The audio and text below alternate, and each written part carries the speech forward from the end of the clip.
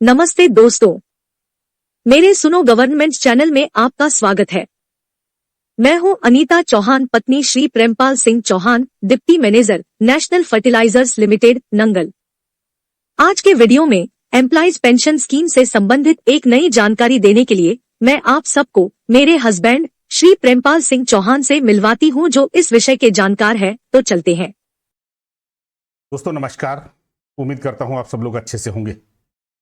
दोस्तों ये मेरा व्हाट्सएप नंबर दिया हुआ है, यदि आप किसी प्रकार की पेंशन से EPS 95 से रिलेटेड कोई इंक्वायरी करना चाहते हैं तो आप कर सकते हैं। और मेरा निवेदन है कि आप इस चैनल को सब्सक्राइब जरूर कर लीजिए।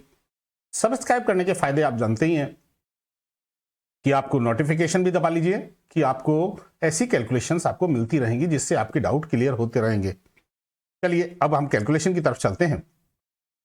दोस्तों आज का जो एग्जाम्पल है ये मिस्टर एस नाथ हैं, इन्होंने मुझे भेजा है और इनके जो डाटा है, जो इन्होंने डाटा मुझे सप्लाई किया है, वो मैंने अपने कैलकुलेटर में डाल लिया है।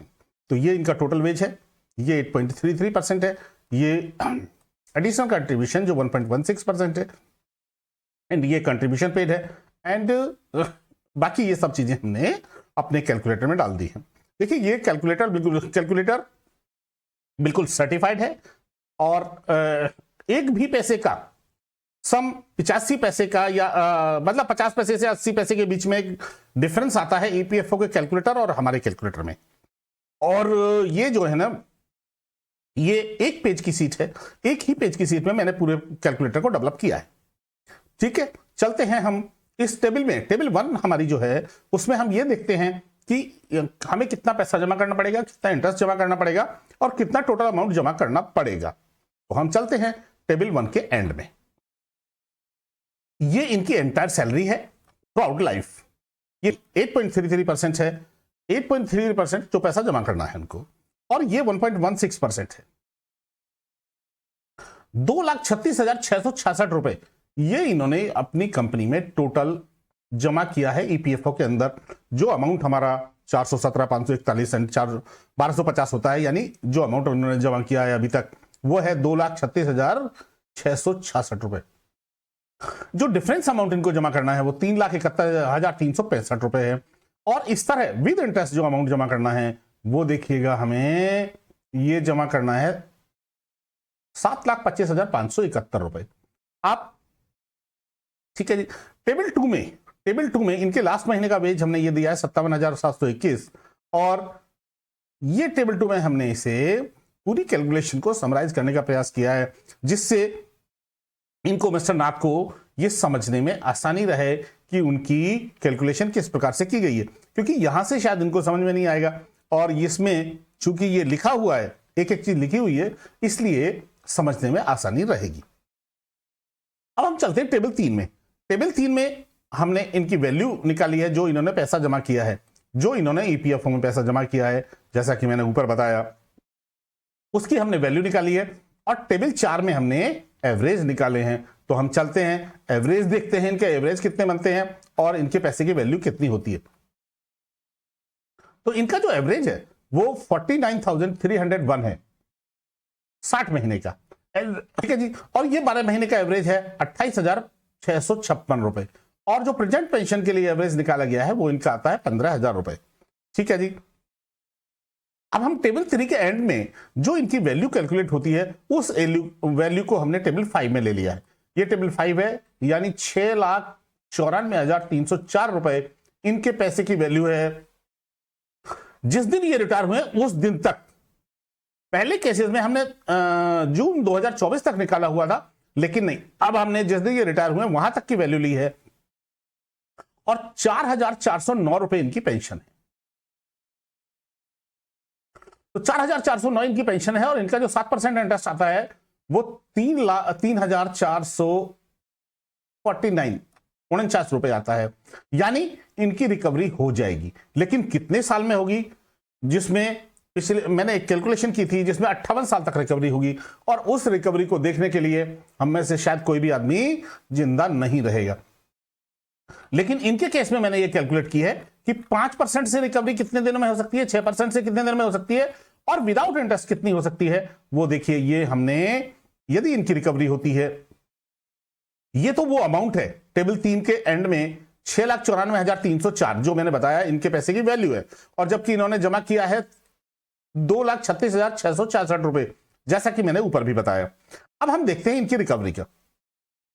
यदि मैं इनको विदाउट इंटरेस्ट बात करूं तो विदाउट इंटरेस्ट 157 महीने में प्रेजेंट पेंशन से, यानी 4,409 रुपए पेंशन जो इनको मिल रही है, उससे 157 महीने यानी लगभग 13 साल में ये इनके पेंशन की रिकवरी हो जाएगी विदाउट इंटरेस्ट। और यदि मैं 5% इंटरेस्ट की बात करूं तो ये मैंने अभी कैलकुलेट किया है, ये 251 महीने में होगी, यानी लगभग 21 साल में। यदि 5% इंटरेस्ट की बात करें तब भी इनकी रिकवरी 21 साल में होगी, और यदि 6% की बात करें तो मोर देन 22 साल। मोर देन 22 साल ये मैंने कैलकुलेट नहीं किया, लेकिन ये बहुत लंबा जाता है और हो सकता है ये 38-40 साल भी आए। और यदि 7% में बात करें तो और भी लंबा जाता है, 50 साल तक रिकवरी, जिसको देखने के लिए हम सब लोग नहीं रहेंगे। इस तरह ये हमने रिकवरी का एक ये भी टेबल बना के देखी है कि रिकवरी किसी भी व्यक्ति की कब तक हो सकती है। इनकी डेट ऑफ बर्थ है 8 दिसंबर 64। 7 अक्टूबर 85 को इन्होंने सर्विस ज्वाइन की है। लगभग 10 साल इन्होंने एफपीएस में सर्विस की है, फैमिली पेंशन स्कीम में सर्विस की है। 85 रुपीज 10 साल के लिए इन्हें कंपनसेशन मिलेगा। और लगभग 27 साल से थोड़ा सा ज्यादा इन्होंने जो सर्विस की है वो ईपीएस में की है। इस तरह इनको जो फैमिली पेंशन का कंपनसेशन मिलेगा, वो फैमिली पेंशन का कंपनसेशन बनता है इनका 8.301, यानी लगभग 706 रुपए इनकी फैमिली पेंशन बनती है। प्रेजेंट पेंशन इनकी आती है हमारे हिसाब से 4411 रुपए, यानी, और इनको जो पेंशन मिल रही है वो 4409 रुपए मिल रही है। यानी केवल इससे आप हमारे डाटा की एक्यूरेसी देख सकते हैं। और इसमें ये इसी वजह से डिफरेंस आता है कि हम जब माइनस करते हैं तो 6864 डेज आते हैं, और जब ईपीएफओ इनको 6856 डेज लेता है।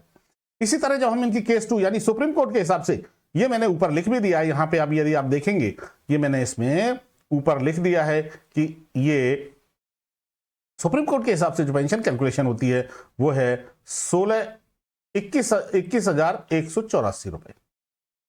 ठीक है जी। और यदि हम प्रोरेटा बेस की बात करें तो प्रोरेटा पे इनकी पेंशन कैलकुलेट होती है, यानी 12 महीने और 60 महीने के हिसाब से कैलकुलेट करें, जो कि हम हर बार करते रहे हैं, तो इनकी पेंशन आती है 15,050 रुपए। और यदि हम इनको चेन्नई के जिस मेल की बात बार बार की जा रही है उसके हिसाब से ये कैलकुलेशन करते हैं तो इनकी पेंशन आती है 15,261 रुपए। क्यों? क्योंकि हमने फिर 12 महीने की एवरेज की बजाय जो इनका अगस्त की सैलरी है, जो कि मैक्सिमम है 29,365 रुपए ली है, और 29,365 और इनके 60 महीने के एवरेज दोनों में से जो कम है उसको लिया गया है, ये 60 महीने का एवरेज है। इस तरह इनकी पेंशन 211 रुपए बढ़ जाती है प्रोरेटा की अपेक्षा। ये आप देख रहे हैं, प्रोरेटा की अपेक्षा 211 रुपए पेंशन बढ़ जाती है। तो इस तरह इनकी हमने, अच्छा अब हमने इनकी ये पेंशन कैलकुलेट कर ली। देखिए ये बैक डेट के लिए इफेक्टिव पेंशन ये होती है, क्योंकि हमने जो प्रेजेंट पेंशन मिल रही है 4,409 रुपए, उसको इस पेंशन में से घटाना पड़ेगा। एरियर तभी हम निकालेंगे। तो अब हम पहले इनका एरियर देख लेते हैं, एरियर निकालते हैं पहले इनका। ये हमने इस टेबल में, टेबल 7 में हमने एरियर कैलकुलेशन की है। ये हमने सभी प्रकार से इनकी एरियर कैलकुलेशन कर ली है। ये 60 महीने के हिसाब से, ये प्रोरेटा के हिसाब से, और ये वो मैक्सिमम मंथली सैलरी के हिसाब से, और ये प्रेजेंट पेंशन। तो प्रेजेंट पे इनका जो एवरेज आता है वो देखिएगा, इनका जो एवरेज आता है वो है मतलब इनका जो टोटल एरियर आता है वो है 3,01,950, 1,91,538 और 1,95,000, और प्लस प्रेजेंट पेंशन का, क्योंकि 23 से ही शुरू हुआ इनका, तो इन्हें 79,000 इन्हें पेंशन मिल चुकी होगी यदि ये सारा अमाउंट डिपॉजिट कर देते हैं तो। अब हम टेबल 8 में इनकी समरी देखते हैं। इनकी समरी में क्या है कि 7,25,571 रुपए इन्हें जमा करने पड़ेंगे, और 2 लाख इनकी जो पैसे की वैल्यू है ईपीएफओ के अंदर वो 6,94,304 रुपए है। इस तरह टोटल 14,19,875 रुपए इनके जमा होंगे। यदि ये जून 2024 तक, ये कैलकुलेशन सारी जून 2024 तक है, यदि ये जून 2024 तक सारा पैसा जमा कर देते हैं तो इनकी पेंशन का एरियर हमने देखा, ये इनके पेंशन का एरियर है और इनको जो बढ़ी हुई पेंशन का एरियर मिलेगा वो 3,01,950 रुपए है। इस तरह टोटल 3,81,312 60 महीने के केस में और 2,70,900 प्रोरेटा के केस में और हायर पेंशन के केस में, हायर मंथली के केस में 2,74,000, जो कि बहुत ज्यादा अंतर नहीं है। यानी यदि मैं इनका जो अमाउंट बचेगा ईपीएफओ के अंदर वो बचेगा 10,38,563, यानी अगले 49 मंथ्स में विदाउट इंटरेस्ट इसकी रिकवरी हो जाएगी और इसकी 76 मंथ में और मंथली वाले से 75 मंथ, ये विदाउट इंटरेस्ट। यदि हम विद इंटरेस्ट की बात करें तो यही रिकवरी 57 मंथ्स में, अगले 57 मंथ्स में हो जाएगी और यदि प्रोरेटा लागू हुआ तो 100 मंथ्स में ये रिकवरी पूरी हो जाएगी। लगभग 9 साल में, लगभग 9 साल मान लीजिए, 9 साल में इसकी रिकवरी पूरी हो जाएगी। और अभी हमने टेबल 9 में ये दिखाया है कि ये 57 मंथ्स कैसे आते हैं, इसका हमने कैलकुलेशन किया है। ये समझने के लिए इसमें मंथली हमने ईयरली कंपाउंडिंग की है, 7% इंटरेस्ट और 7% इंटरेस्ट को ईयरली कंपाउंड करते हुए कितने महीने में इसकी रिकवरी हो जाएगी। तो ये हमारी वो सीट है जिसमें हमने ये दिखाया है कि इनकी रिकवरी कितने महीने में हो जाएगी। ये पूरे महीने मंथ वाइज हमने कैलकुलेशन कर ली है और इस तरह जो मैंने अभी आपको बताया कि लगभग 57 महीने में 60 महीने के हिसाब से और प्रोरेटा के हिसाब से 100 महीने में इनकी रिकवरी हो जाएगी। और मैं समझता हूं मिस्टर एस नाथ आपको ये बात समझ में आई होगी और मैं दूसरे लोगों से भी कहना चाहूंगा कि आप अपनी ऐसी तैयारी जरूर रखिएगा, क्योंकि आपको कोई कंफ्यूजन ना रहे किसी भी प्रकार से। तो आप ये व्हाट्सएप नंबर दिया हुआ है, चैनल को सब्सक्राइब जरूर कीजिएगा। बहुत बहुत धन्यवाद। आज की यह वीडियो आपको कैसी लगी कमेंट करके जरूर बताएं। इस वीडियो को देखने के लिए धन्यवाद। लाइक और सब्सक्राइब करें, बेल आइकॉन जरूर दबाएं।